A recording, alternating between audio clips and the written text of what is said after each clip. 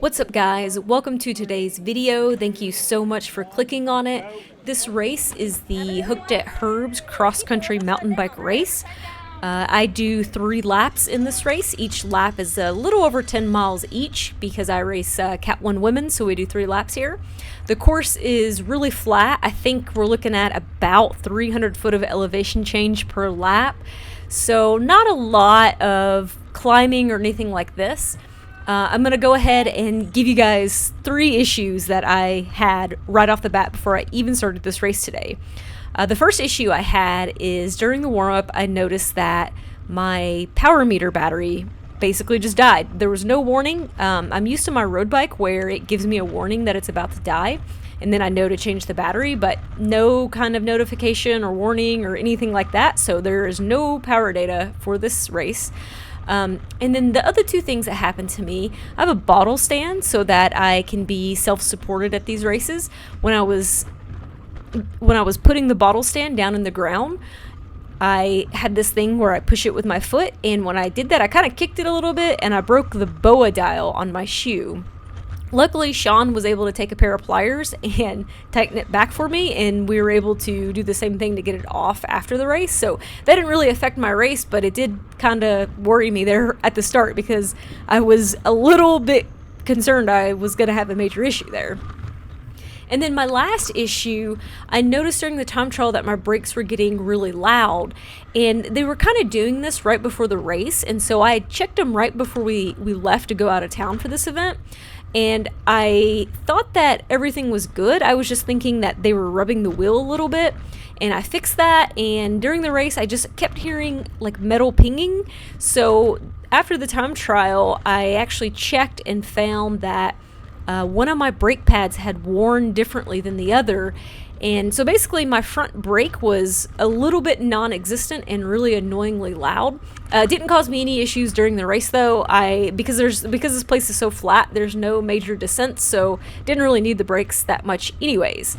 So as you can see from this first part of the video, this first section, there's a couple of wet spots. Usually what happened on this course is most of the wet spots were in the turns, and so I kind of decided, you can't see it from the video, but there is one other lady here racing me, and she is actually from this area, but she's not really a cross-country racer. She's actually an endurance racer. For example, she did the Mohican 100 mile where I only did the Mohican 100K. So she doesn't cross-country race. This isn't really her pace that she's used to doing. And I knew that going in, so I kind of had an idea that I wanted to, do my cross-country pace and get a gap on her just, right out the gate. So that was my goal here, and once I got that gap, I was pretty much telling myself, trying to decide what my game plan was going to be for this event. Now, I like to compare my times from year to year just to see if I'm improving, and I knew what miles per hour I needed to run in order to, run the same lap times as last year. But because of the course conditions, I knew that was going to be a lot harder and a lot scarier to do.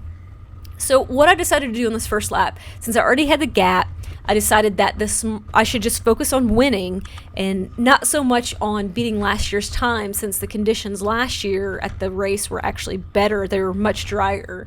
So my game plan was to push all the dry spots, and any of the wet spots take it a little bit easier, because I would lose more time if I crashed versus if I just slowed down just a little bit to make sure that I didn't crash.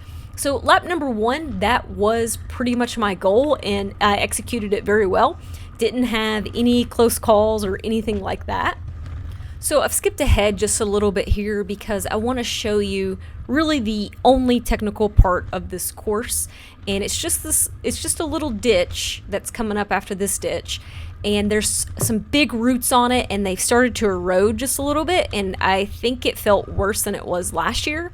There was also a mud puddle right before it, so you need to take all your momentum through this puddle here and right up over those roots, and as you can see, it really slowed me down. I did not lift my front wheel as much as I should have to make that a little bit smoother, so it was kind of like I just came barreling into those roots, but I did make it over them.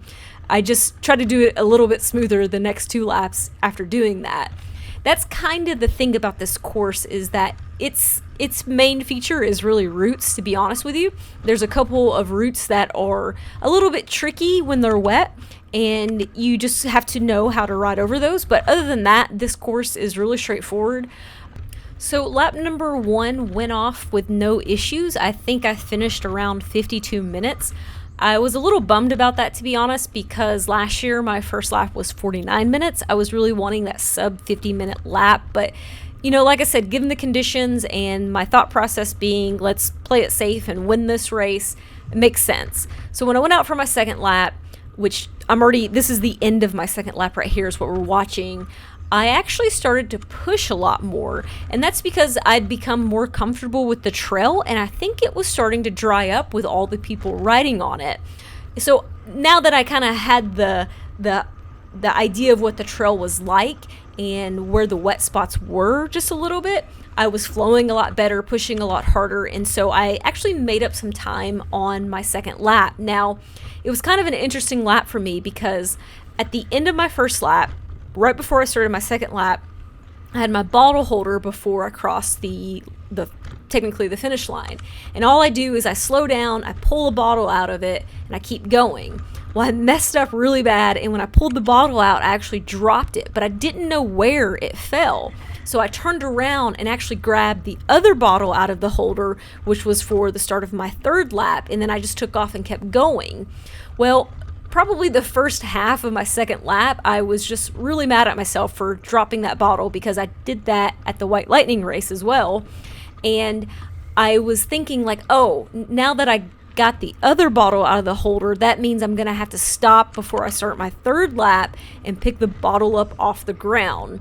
So I was pretty bummed about that for quite a while, pretty mad at myself. So about halfway through the second lap, I kind of got over it, and I just started to flow and focus a lot better. And a buddy that I know that lives up here, Jared, he was Cat 2 Mel. I started to see him behind me, and that actually pushed me a little bit to go harder because I didn't want him to catch me. And this is the levee right here that we're watching, and you basically ride this levee out to the finish line or to start your next lap. So if you're competing with people and you're very close on time, you know, you probably want to try to draft and sprint here. So Jared had been leading out 2 other Cat 2 guys who they basically just followed his lines because he rides this course a lot, and unfortunately they kind of got him on the levee, but they were behind me, and so I was a little bit worried about that. I was just deciding like, listen, I'm just going to ride my pace. There's a line on the left, they can go around me if they need to. But I'm starting to think about having to stop and pick that bottle up right here. My holder's right by these rocks, and as you can see, here they come.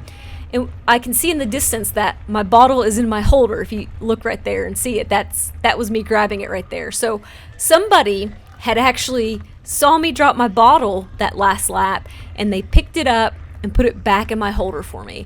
I was so pumped, so excited, like that literally made my day. So here's these Cat 2 guys. They're done. Their race is done. They only did 2 laps. I'm doing 3 laps, and as you can see, he got in my way just a little bit. I was a little bit worried that there was about to be a crash there. The other guy was trying to give me a high five. I'm like, dudes, I'm not done racing. I got another lap to go and do. See ya, get out of the way. But it was all good. He apologized, and I just kept going. So at the start of my third lap, my thought was, well, now I want to do the same pace that I did my second lap, because I already knew that my second lap, I did pick up the pace a bit, and it was faster than my first lap. A lot of people want to do what's called negative splits, where you just get faster as the race goes on. I've never been one of those people who have ever wanted to do negative splits, because honestly, I usually do my first lap is the fastest, and then they just get a little bit slower as it goes, and that's worked for me. But this is a little bit different, with the conditions being different. So my second lap was now my fastest lap. And I'm thinking, well, for the third lap, I'd like to be in between the first one and in between the third lap. So since nothing that exciting happened in the third lap, I'm going to go ahead and fast forward back to the levee here. This is me coming in for the finish. I've noticed that the mileage has been off on these for some reason. But anyways, my third lap was actually the fastest of the 3 laps, and I was pretty shocked by that. I wasn't hurting too bad on the third lap. Last year I cramped pretty good by the third lap. So I was actually impressed by the way that I felt. I mean, don't get me wrong, I did still try to put it all out there, but I wasn't too bad off this time. So here I am coming into the finish line. Since I raced 3 laps, everybody else in our group only raced 2 laps, or Missy raced 1 lap. Everyone else was done, standing there cheering me on, so that was definitely pretty cool. And I had the exact same finishing time for all 3 laps total as last year. It was a really great event. I did get first place in the cross country race, or if you watch the time trial video from the day before, I'll put a link up in the right hand corner. I did win the time trial as well. I won the time trial by about a minute, and I won the cross country race by 10 minutes. So that's going to be the end of today's video. I hope you guys enjoyed it. I'm sorry that I rambled on there for just a bit. So if you guys like this video, please do give it a thumbs up, and I'm going to see you on the next one.